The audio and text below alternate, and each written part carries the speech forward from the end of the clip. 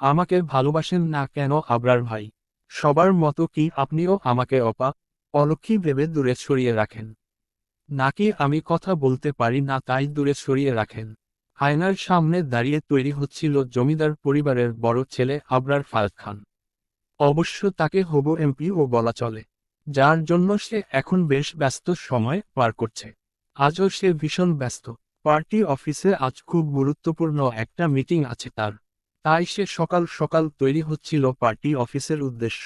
পরনে তার সাদা পাঞ্জাবি আর পায়জামা, আর গায়ে সবসময়ের মতো পাতলা কালো চাদর জড়ানো।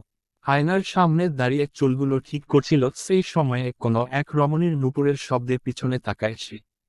তাকিয়ে দেখাতে পায় এক অষ্টাদশী কন্যা, যার পরনে লাল পাড়ের সাদা একফালি শাড়ি, গ্রামবাংলার বাঙালি ভঙ্গিতে পরা। শাড়ির আঁচলটা কাঁধ ছুঁড়ে নিচে নেমে মাটিতে গিয়ে ঠেকেছে, যেন কোনো নীরব অভিমানের ছায়া হয়ে দাঁড়িয়ে আছে সে, প্রশ্নের উত্তর না পাওয়ার আগ পর্যন্ত না সরার জেদে। চুলগুলো হাঁটু ছুঁয়েছে, হাতের ইশারায় তাকে প্রশ্ন করছে। রমণীর হাত নাড়ানো দেখে আবরার বুঝতে পেরেছে রমণী কি তাকে কি বোঝাতে চাচ্ছে। কিন্তু এতে আবরার ভীষণ বিরক্ত হল। বিরক্তিতে মুখ কুঁচকে বলে উঠল, আজকে আমার খুবই গুরুত্বপূর্ণ কাজ আছে কথা। তাই তোর এইসব ফালতু প্রশ্নের উত্তর দিতে আমি একটুকুও আগ্রহী নই। আবরার তার শরীরে তার পছন্দের সুগন্ধি দিতে দিতে আবারও বলে উঠল, আর তুই তো জানিস আমার উত্তর কি হবে।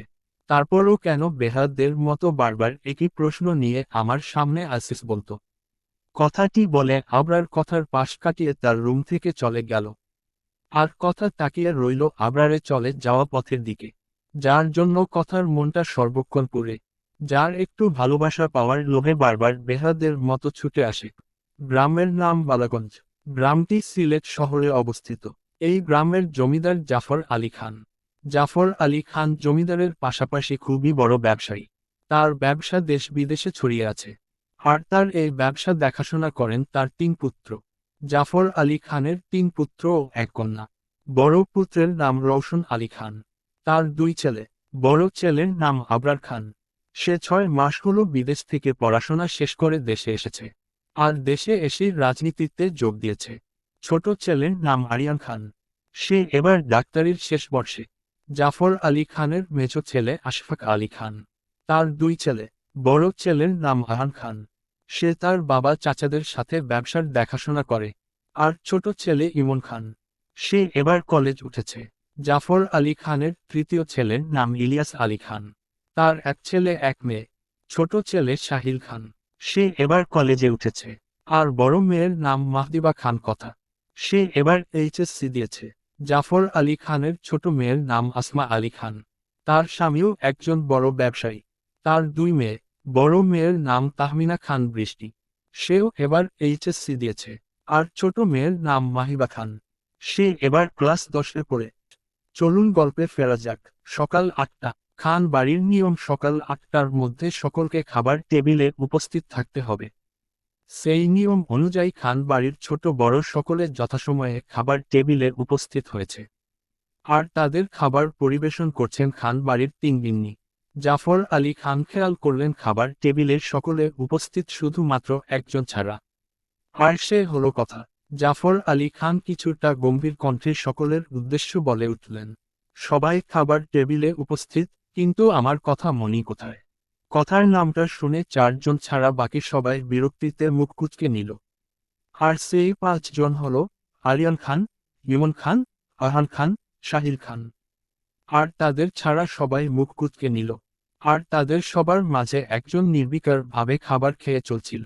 আর সে হলো আবরার খান। জাফর আলী খানের কথা শুনে বাড়ির মেছো গিন্নি সালমা খান মুখ কচকে বলে উঠল, আপনার কথা মনির খবর আমরা জানব কিভাবে? সারাদিন তহ আপনার কথা মনির টিকিটাও খুঁজে পাওয়া যায় না। দেখেন গিয়ে কোথায় না কোথায় আছে। জাফর আলী খান সালমা খানের কথা শুনে বেশ গম্ভীর ভাব নিয়ে তার দিকে তাকালো। আর বলল, সালমা, তোমাকে আমি আগেও বলেছিলাম আর এখনো বলছি, আমার কথা মনির নামে কোনো বাজে কথা আমি বরদাস্ত করব না। তাই এসব ফালতু কথা বাদ দিয়ে কথা মনিকে ডেকে নিয়ে আসো। সালমা খান আর কিছু বলতে নিবে তার আগেই সাহিল বলে উঠল, আমি গিয়ে আপুনিকে ডেকে আনছি। কথাটা বলার সাথে সাথেই সে কথার রুমের দিকে চলে গেল। আর তার যাওয়ার দিকে তার মা রেগে তাকিয়ে রইল। Underscore underscore underscore. জমিদার বাড়িটা দোতলা। নিচ তলায় বাড়ির বড়রা আর উপর তলায় বাড়ির সকল ছোটরা থাকে। কথার রুম করিডোরের একেবারে শেষ প্রান্তে। কথা তার রুমের লাগোয়া বারান্দায় একটা টুলে বসে তার পছন্দের ক্যানভাসের রং তুলি দিয়ে মন দিয়ে কি যেন এঁকে যাচ্ছে। পরনে তার কালো রঙের সুতির শাড়ি বাঙালি ভাবে পরা। শাড়ির আঁচলটা মেঝেতে গিয়ে ঠেকেছে। মাথার লম্বা চুলগুলোও মাটি ছুঁই ছুঁই করছে। ফর্সা গায়ে শাড়িটা বেশ মানিয়েছে। সৃষ্টিকর্তা কথাকে বেশ সুনিপুণভাবে গড়ে তুলেছেন। কথার গোলগাল মুখ, ঠোঁটের কোণে কালো কুচকুচে ছোট্ট একটা তিল। যে কেউ প্রথম দেখাতে তার প্রেমে পড়তে বাধ্য। কিন্তু সৃষ্টিকর্তা সবাইকে সবকিছু একসাথে দেয়া না। তেমন কথা কেউ দেয়নি। কথার নাম কথা হলেও কথাবিহীন সে জন্ম নিয়েছে। জন্মের পর থেকে সে কথা বলতে পারে না। অনেকে বলে এটা নাকি তার মায়ের পাপের কারণে হয়েছে। মায়ের পাপের সাজা সে পেয়েছে। কিন্তু কথা এটা বিশ্বাস করে না। সাহিল কথার রুমে এসে দেখে কথা তার রুমে নেই। কথাকে খুঁজতে বারান্দায় এসে দেখল কথা আপন মনে তার ক্যানভাসে কিছু একটা এঁকে চলেছে। সাহিল কথার পাশে গিয়ে বসে জিজ্ঞেস করল, এবার কি আঁকছো আপু? হঠাৎ করে কারো আওয়াজ শুনে কথা কিছুটা ভয় পেয়ে গেল। তারপর পাশ ফিরে দেখতে পেল তার ছোট ভাই সাহিল। তখন সে সাহিলকে মুচকে একটা হাসি দিয়ে হাত নাড়িয়ে বুঝালো, এটা অতি গোপন জিনিস। যেদিন আঁকাটা সম্পূর্ণ হবে সেদিন দেখাবো। সাহিল তার বোনের ইশারা বুঝতে পেরে হেসে জবাব দিল, আচ্ছা ঠিক আছে, কিন্তু আঁকা সম্পূর্ণ হলে আমাকেই প্রথমে দেখাবে বলে দিলাম। কথা মুচকি হেসে মাথা নাড়িয়ে সাহিলের কথায় সায় দেয়। তখনই সাহিল বলে ওঠে, উফ আপু, আমি যেই কাজের জন্য আসলাম তাই বলতে ভুলে গেছি। শুনো দাদু তোমাকে নিচে খাবার খেতে যেতে বলেছে। এখন তাড়াতাড়ি আসো তো আমার সাথে। উদ্ধৃতি চিহ্ন। কথা ইশারায় সাহিলকে বুঝালো, ইস, আমি তো একদমই ভুলে গেছিলাম। আচ্ছা ঠিক আছে চল। সাহিল কথার ইশারা বুঝতে পারল।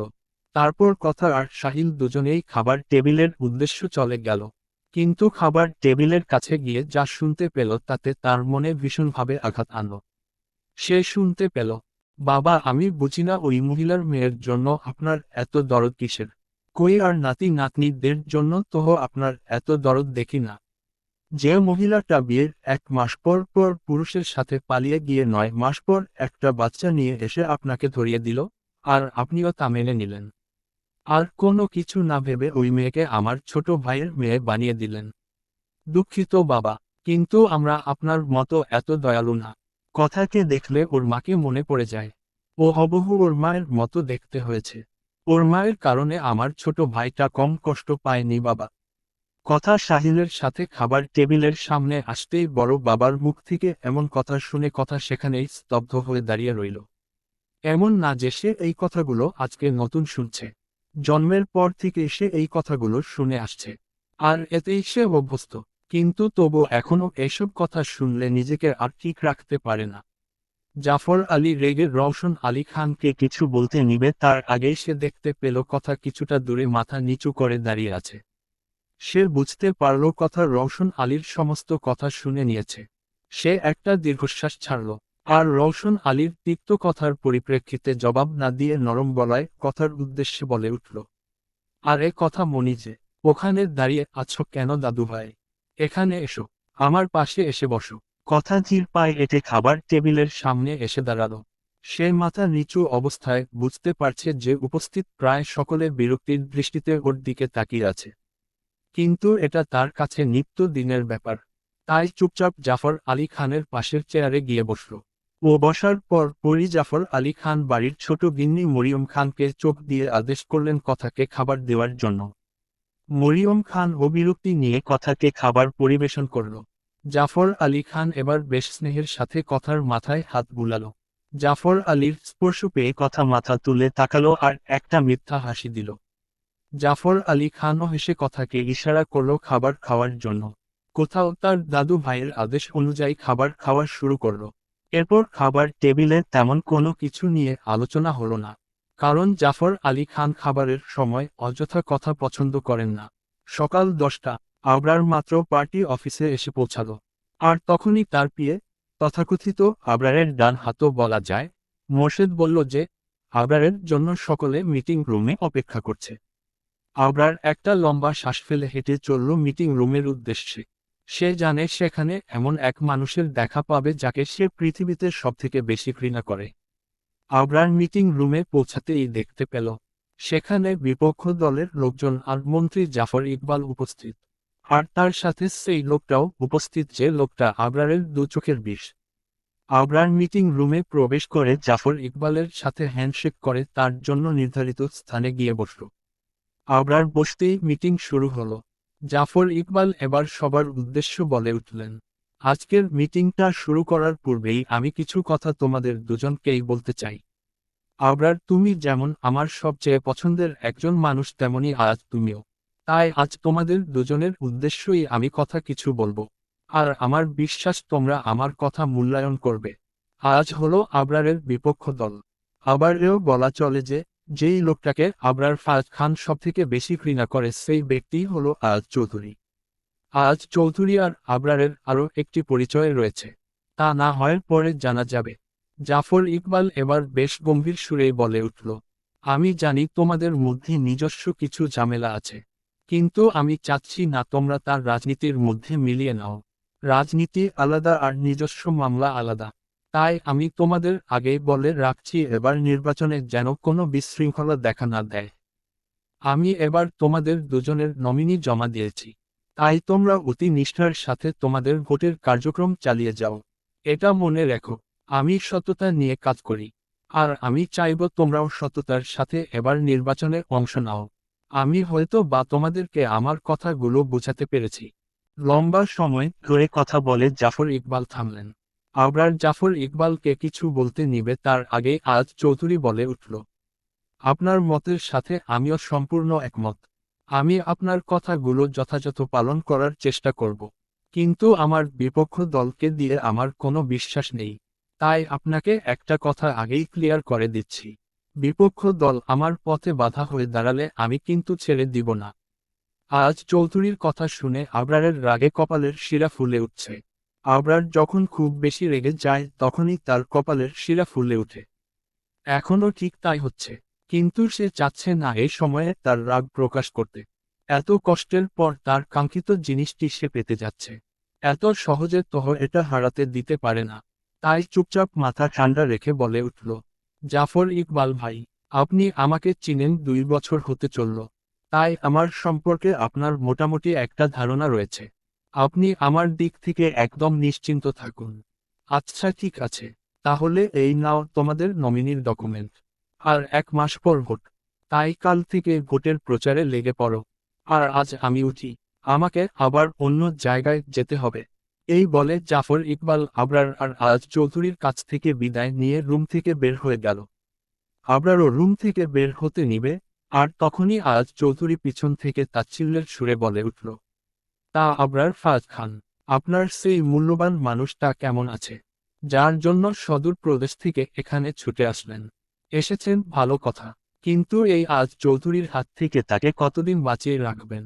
আপনার সেই পাখিকে একদিন না একদিন এই আজ চৌধুরীর হাতেই আটকা পড়তে হবে। আজ চৌধুরীর কথা শুনে আবরার রাগে হাত মুষ্টি করে রেখেছে। রাগে তার ফর্সা চেহারা লাল হয়ে উঠছে। আবরারের ডান হাত মোর্শেদ তহ ভয় কাঁপছে। আজের ভয়? না না, আবরার রাগের বসে আজ চৌধুরীর জান কবজ করবে সে ভয়। কিন্তু মোর্শেদকে অবাক করে দিয়ে আবরার বেশ ঠান্ডা স্বরে আজ চৌধুরীর উদ্দেশ্য বলে উঠল, স্বপ্ন দেখা ভালো, কিন্তু তা নিজের যোগ্যতা অনুযায়ী। আর এটাও মনে রাখিস আমি কিন্তু সেই 10 বছর আগের আবরারই আছি, একটুও বদলায়নি। তাই নিজের সীমানার মধ্যে থাক। পুরনো আবরারকে আবার জাগ্রত করিস না, না হলে এবার তোর লাশটাও কেউ খুঁজে পাবে না। কথাগুলো বলে আবরার রুম থেকে চলে গেল। আর তার পিছনে মোর্শেদও চলে গেল। আর আজ চৌধুরী আবরারের চলে যাওয়ার দিকে একটা বাঁকা হাসি দিল, যেই হাসির মানে একমাত্র সেই জানে। আর অন্যদিকে কথা তার রুমের বারান্দায় বসে আবারও তার ক্যানভাসে রং দিয়ে তার মনের আবেগ আছে। আর তখনই সে কারো কণ্ঠে গান শুনতে পেল, গোটা পৃথিবীতে খুঁজো যাবে। কথা গানটা শুনতে পেয়েই বুঝতে পারল কে গানটা গেয়েছে। কিন্তু তাতে সে কোনো ভাবান্তর দেখালো না। আপন মনে সে তার কাজ করতে লাগলো। আর সেই গান গাওয়া ব্যক্তিটি মার বারান্দার দোলনায় পা ঝুলিয়ে বসে বলে উঠল, আমার প্রেমে সারা নাই বাদিস। অন্তত আমার উপস্থিতি উপেক্ষা করিস না। আমি সব সহ্য করতে পারি, কিন্তু তোর আমাকে করা উপেক্ষাটা আমি সহ্য করতে পারি না। মনটা বড্ড পুড়ে আমার। উক্ত ব্যক্তির কথা বলা শেষ হতেই কথা লোকটার দিকে চোখ উঠিয়ে তাকায়। লোকটা হলো অন্যদিকে মায়া তার রুমের বারান্দায় বসে আবারও তার ক্যানভাসের রং দিয়ে তার মনের আবেগ আছে। আর তখনই সে কারো কণ্ঠে গান শুনতে পেল। গোটা পৃথিবীতে খুঁজো আমার মতো কে। গানটা শুনতে পেয়ে সে বুঝতে পারল কে গানটা গেয়েছে, কিন্তু তাতে সে কোনো ভাবান্তর দেখালো না। আপন মনে সে তার কাজ করতে লাগলো। আর সেই গান গাওয়া ব্যক্তিটি মার বারান্দার দোলনায় পা ঝুলিয়ে বসে বলে উঠল, আমার প্রেমে সাড়া নাই বাদিস, অন্তত আমার উপস্থিতি উপেক্ষা করিস না। আমি সব সহ্য করতে পারি, কিন্তু তোর আমাকে করা উপেক্ষা আমি সহ্য করতে পারি না। মনটা বড্ড পুড়ে আমার। কথা বলা শেষ হতেই কথা লোকটার দিকে চোখ উঠিয়ে তাকায়। লোকটা হলো রওশন আলীর ছোট ছেলে আরিয়ান খান। সম্পর্কে কথার চাচাতো ভাই। কথা আরিয়ানের দিকে কিছুক্ষণ তাকিয়ে হাতের ইশারায় তাকে বুঝালো, আজকে আপনার মেডিকেলে ক্লাস নেই। এভাবে ক্লাস ফাঁকি দিলে তো শেষে গিয়ে হাতুড়ি ডাক্তার হবেন। আরিয়ান কথার ইশারাগুলো বুঝতে পেরে মুচকি হাসল আর বলল, জি না ম্যাম, আজকে আমার ক্লাস ছিল না। একটানা 1 সপ্তাহ ইন্টার্নি করার পর আজকে ছুটি পেয়েছি। আর তুই চিন্তা করিস না, আমি একজন উন্নত মানের ডাক্তারই হব। যদি হাতুড়ি ডাক্তার হই তাহলে দাদু তোহ আর তোকে আমার কাছে দিবে না, বুঝলি? কথা আরিয়ানের কথাগুলো শুনে মুখ ভেঙিয়ে হাতের ইশারায় বুঝালো, ইস, মনে কি রং, দাদুর বয়েই গেছে আমাকে আপনার কাছে দিতে। জেগে জেগে স্বপ্ন দেখা বাদ দিন, এটা কখনোই হওয়ার নয়। আরিয়ান কথার ইশারা বুঝতে পেরে এবার বেশ মলিন কণ্ঠে বলে উঠল, আচ্ছা কথা, তোর প্রতি আমার এই অগাধ ভালোবাসা তোর চোখে পড়ে না কেন? আমি এমন কি করব যার ফলে তুইও আমাকে ভালোবাসবি? কথা আরিয়ানের কথা শুনে কিছুক্ষণ মাথা নিচু করে চুপ থাকল।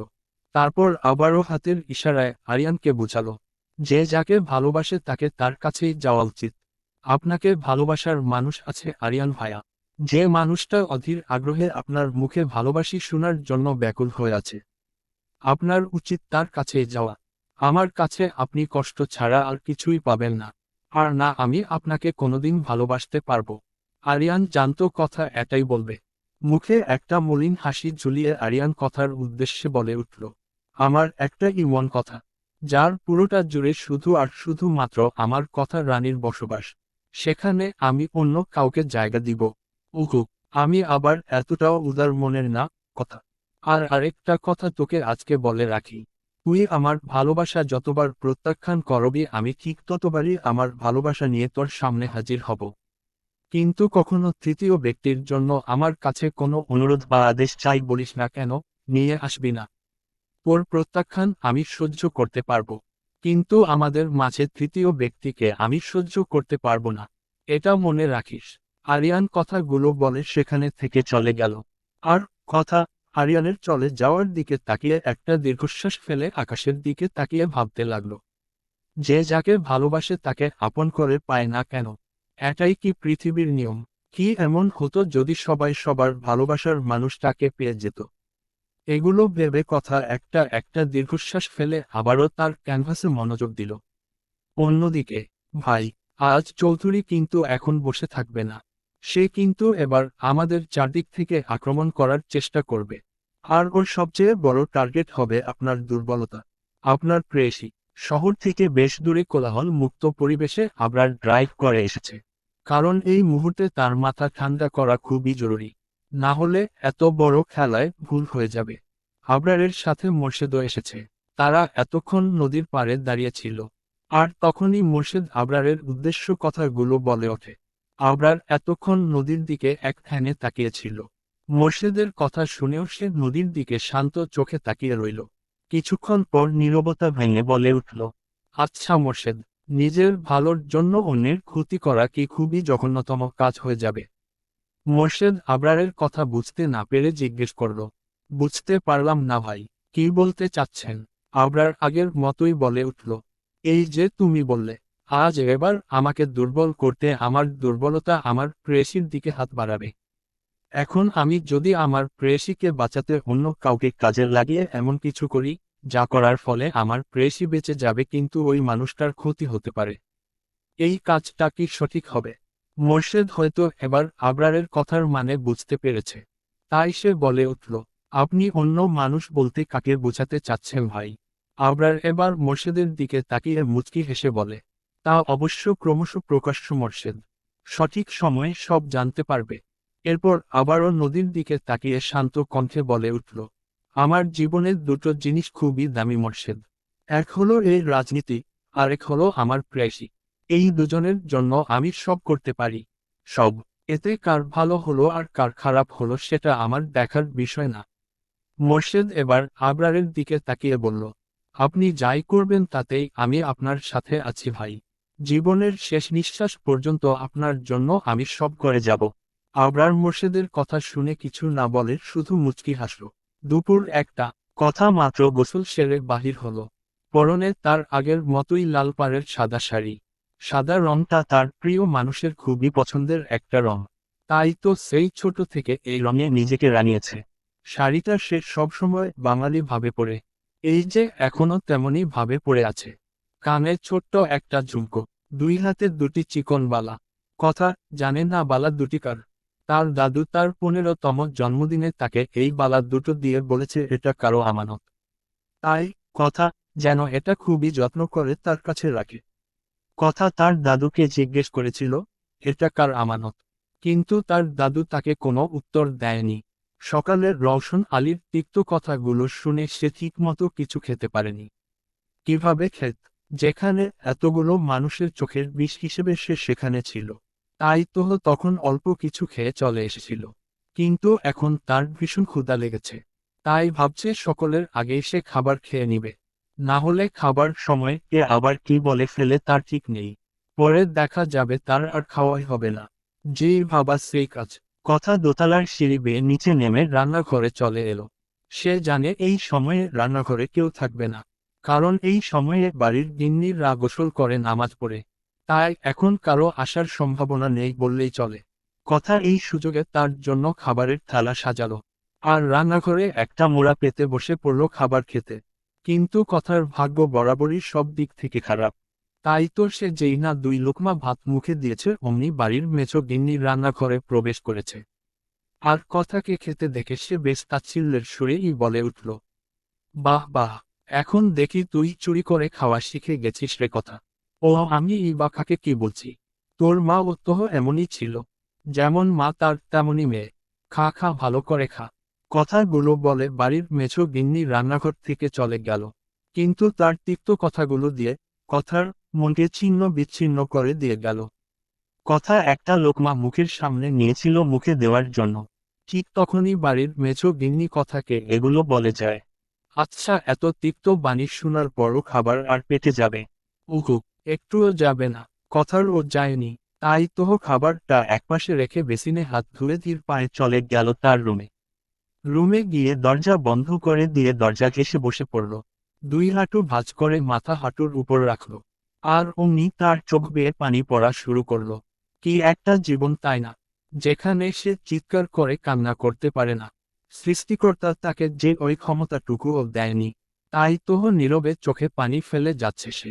কথা মাঝে মাঝে ভাবে, কার জন্য সে এই দুনিয়াতে বেঁচে আছে। আশেপাশে তাকালে তার কাউকেই চোখে পড়ে না। ও হ্যাঁ, আছে তো তার দাদু আর তার ভাইয়েরা। কিন্তু তারাই বা কতদিন কথার জন্য করবে। কথার মাঝে মাঝে মনে চায় এই বিশাল পৃথিবীতে দূরে কোথাও হারিয়ে যেতে। জন্মের পর নিজের মায়ের ভালোবাসা থেকে বঞ্চিত হয়েছে। এরপর এ বাসায় আসার পর দাদু আর ভাইয়েরা ছাড়া কেউ তাকে সহ্য করতে পারে না। এমনকি নিজের বাবাও না। যে যেভাবে পারে কথা শুনিয়ে যায়। তাদের প্রত্যেকটা কথা তার মনে তীরের মতো বিঁধে। কিন্তু সে তার মনের এই আহাজারি কাকে শোনাবে? কে আছে? না, কেউই নেই। কথা এসব ভেবে যাচ্ছিল আর তখনই তার রুমের দরজায় কেউ বাড়ি দেয়। কথা বুঝতে পায় না এখন কে আসবে। তাই সে চোখ ভালো করে মুছে নিজেকে ঠিক করে দরজা খুলে দিল। দরজা খুলে কথা যা দেখতে পায় তাতে সে মোটেও অবাক হয় না। কারণ এটা প্রায়ই হয়ে থাকে। কথার সামনে দাঁড়িয়ে আছে। কথার সামনে ভাতের থালা হাতে নিয়ে আরিয়ান দাঁড়িয়ে আছে। ঠোঁটে তার মুচকি হাসি। আরিয়ানকে দেখে কথা একটুও অবাক হলো না। কারণ যখনই কথা এভাবে খাবার ছেড়ে উঠে আসে তখনই আরিয়ান কোনো না কোনো ভাবে জেনে যায় আর খাবার নিয়ে কথার কাছে আসে আর নিজ হাতে কথাকে খাইয়ে দেয়। কথা আরিয়ানকে দেখে খাটে গিয়ে অপর পাশ ফিরে বসে থাকে। আরিয়ান ধীর পায়ে কথার পাশে গিয়ে বসে। আরিয়ানের উপস্থিতি বুঝতে পেরে কথা মাথা নিচু করে রাখে। সে চায় না আরিয়ান তার কান্না দেখুক। সে কারো কাছে নিজের দুর্বলতা প্রকাশ করতে চায় না। আর ওই দিকে আরিয়ান কথার মুখ দেখে বুঝতে পারে তার ছোট্ট প্রেয়সী কান্না করে করে চোখ ফুলিয়ে ফেলেছে। কান্নার কারণে ফর্সা চেহারা লাল হয়ে আছে। আরিয়ান ফ্লোরে হাঁটু গেড়ে কথার মুখোমুখি বসে। কথা আরিয়ানকে মুখোমুখি দেখতে পেয়ে নিজের চেহারা অপর পাশে নিয়ে নেয়। কথার এভাবে নিজের চেহারা লুকাতে দেখে আরিয়ান মৃদু হাসে। সে জানে কথা কারো কাছে নিজের দুর্বলতা প্রকাশ করতে চায় না। তাই তো এমন লুকোচুরি খেলছে আরিয়ানের সাথে। আরিয়ান এবার ধীরভাবে নরম গলায় বলে ওঠে, কথার রানী। এত স্নিগ্ধ কণ্ঠ, এত আবেগ মাখা ডাক, এই ডাককে কি উপেক্ষা করা যায়? উহু, একদমই যায় না। কোথাও এই ডাক উপেক্ষা করতে পারল না। কথা ধীরে ধীরে নিজের মুখটা সোজা করে আরিয়ানের মুখোমুখি হলো, কিন্তু মাথা নিচু করেই রাখল। আরিয়ান এবার আরো নরম গলায় বলে উঠল, ক্ষুধা লাগেনি। পেটে তীব্র ক্ষুধা থাকা সত্ত্বেও কথা মাথা নাড়িয়ে বোঝালো তার ক্ষুধা লাগেনি। কিন্তু আরিয়ান তহ জানে তার প্রেয়সীর মনের খবর। সকালেও অল্প কিছু খেয়েছিল কথা। সেই দিকেও নজর ছিল আরিয়ানের। সে তখনও খাবার নিয়ে আসত, কিন্তু তখন কিছু একটা ভেবে আসেনি। একটু আগে তার বন্ধু ফোন করেছিল, তাই সে কথা বলতে বলতে ফ্রিজ থেকে পানি আনতে গিয়েছিল। আর তখনই তার মেছো মার কথাগুলো শুনতে পায়। আরিয়ান চাইলে তখনই তার মেছো মাকে কথার হয়ে জবাব দিতে পারত, কিন্তু এটা পরে গিয়ে কথার জন্য ঝামেলা সৃষ্টি করবে। তাই সে তখন সেখানে থেকে সরে গিয়েছিল। কথা যখন খাবার না খেয়ে তার রুমে চলে যায় তখনই আরিয়ান রান্নাঘরে গিয়ে কথার জন্য খাবার নিয়ে আসে। আরিয়ান এবার একটু হতাশ হওয়ার ভাব ধরে বলে উঠল, ও, তার মানে তোর ক্ষুধা লাগেনি? আমার কিন্তু প্রচুর ক্ষুধা পেয়েছে কথা রানী। তাই তো ভাবলাম তোর সাথে একসাথে বসে খাবার খাবো। কিন্তু কি আর করার, তোর তহ ক্ষুধাই লাগেনি। আর আমিও একা একা খাবো না। হা হা, কি আর করাবো, আমাকে এখন ক্ষুধার্তই থাকতে হবে। এই বলে আরিয়ান বসা থেকে উঠে দাঁড়ালো সেখানে থেকে চলে যাওয়ার জন্য। আর তখন এই কথা আরিয়ানের হাত ধরল। আরিয়ান জানতো কথা তাকে আটকাবে। আরিয়ানের মুখ প্রশান্তির হাসি ফুটে উঠল। সে পিছনে ফিরে কথার দিকে তাকালো। কথা তখনও মাথা নিচু করে রেখেছিল। আরিয়ান গিয়ে কথার পাশে বসে খাবারের থালাটা হাতে নিল। এক লোকমা কথার মুখের সামনে ধরল। কথা একবার আরিয়ানের দিকে তাকিয়ে খাবারের লোকমাটা মুখে নিল। আরিয়ান আরও একবার মৃদু হাসল। আরিয়ান কথাকে খাওয়াই যাচ্ছে আর কোথাও কোনো কিছু না বলে শান্তভাবে খেয়ে যাচ্ছে। কথা জানতো আরিয়ান তাকে না খাইয়ে নিজেও খাবে না। তাই সে আর অমত না করে চুপচাপ খেয়ে নিচ্ছিল। কথার মাঝে মাঝে খুব আফসোস হয়। আরিয়ান কথাকে যতটা যত্ন করে, যতটা ভালোবাসে, এই যত্ন আর ভালোবাসা সে আবরারের কাছ থেকে আশা করেছিল। কিন্তু আবরার কথার দিকে ফিরেও তাকায় না। কিন্তু তাই বলে কি আবরারের প্রতি তার ভালোবাসা কমে যাবে? উহু, একটুও কমবে না। বরং প্রতিনিয়ত কথার মনে আবরারের প্রতি ভালোবাসা যেন বেড়েই চলছে। আর আরিয়ান, সে জানে না তার জন্য তার প্রেয়সীর মনে কখনো ভালোবাসা জন্মাবে কিনা। কিন্তু তাও সে হাল ছাড়েনি আর ছাড়বেও না। সে প্রতিনিয়ত তার ভালোবাসার নতুন নতুন রূপ নিয়ে হাজির হয় কথার সামনে। কথা তাকে ভালো নাই বা বাসুক, সে তো তার মন প্রাণ উজাড় করে কথাকে ভালোবাসে। দুজনের মনে ভিন্ন ভাবনা। এইসব ভাবতে ভাবতেই কথার খাওয়া শেষ হলো। খাওয়ার শেষে আরিয়ান কথার মুখ মুছিয়ে দিয়ে উঠে যেতে নিলে কথা আরিয়ানের হাত ধরে তাকে আটকিয়ে দেয়। আরিয়ান কথার দিকে তাকিয়ে ভুরু কুঁচকে তাকিয়ে জিজ্ঞেস করে, কি? কথা আরিয়ানকে ইশারা করে বুঝায়, আমার খাওয়া তো শেষ হলো। এবার কিন্তু আপনিও গিয়ে খেয়ে নিবেন। আরিয়ান কথার ইশারা বুঝতে পেরে মৃদু হাসল। এই হাসিটা হলো তার প্রতি কথার এই ছোট্ট যত্নের। আরিয়ান মাথা নাড়িয়ে বলে উঠল, যথা আজ্ঞা কথা রানী। এই বলে আরিয়ান সেখানে থেকে চলে গেল। আর কথা আরিয়ানের চলে যাওয়ার দিকে তাকিয়ে দীর্ঘশ্বাস ফেলল। শরীরটা তার বেশ মেজমেজ করছে। তাই ভাবল একটু ঘুমানো যাক। যেই ভাবা সেই কাজ। কথা খাটে শোয়ার কিছুক্ষণের মধ্যে ঘুমিয়ে গেল। বাড়ির নাম সুখনীর। ডুপ্লেক্স আকারের অফ হোয়াইট রঙের বাড়িটি। বাড়ির পাশে রয়েছে মাঝারি আকারের বাগান। বাগানে রয়েছে ভিন্ন রকমের নানা ফল ও ফুলের গাছ। বাড়িটা সিলেট শহরের বালাগঞ্জ উপজেলার কিছুটা দূরেই কালা পাহাড়ের গভীরে অবস্থিত। বাড়ির আশেপাশে বেশ গাছগাছালি রয়েছে। আবরার বাড়িটায় প্রবেশ করার সাথে সাথে হঠাৎই কেউ এসে তাকে জড়িয়ে ধরল। Underscore underscore underscore underscore. সন্ধ্যা 7টা। কথা নিজের রুমে বসে পড়াশোনা করছে। সামনে তার অ্যাডমিশন পরীক্ষা। কথার ইচ্ছে সে সিলেটেই পড়াশোনা করবে। কারণ সিলেটেই যে তার প্রাণটা রয়েছে। যাকে একদিন না দেখলে বুকের ভেতরে ভীষণ ব্যথা হয়। স্বপ্ন সে সাস্টে ইংরেজি বিভাগে পড়বে। তাই তো সেই অনুযায়ী সে পুরো দমে পড়াশোনা করে যাচ্ছে। প্রতিদিনের মতো এখনও সে মন দিয়ে পড়াশোনা করছিল আর তখনই কেউ কথার রুমের দরজায় টোকা দিল। কথা একটু বিরক্তই হলো। কারণ পড়া নিয়ে সে ভীষণ সংবেদনশীল। তাই পড়ার সময় কেউ বিরক্ত করলে কথার ভীষণ রাগ হয়। কথা মুখে একটু বিরক্তি নিয়েই দরজাটা খুলল।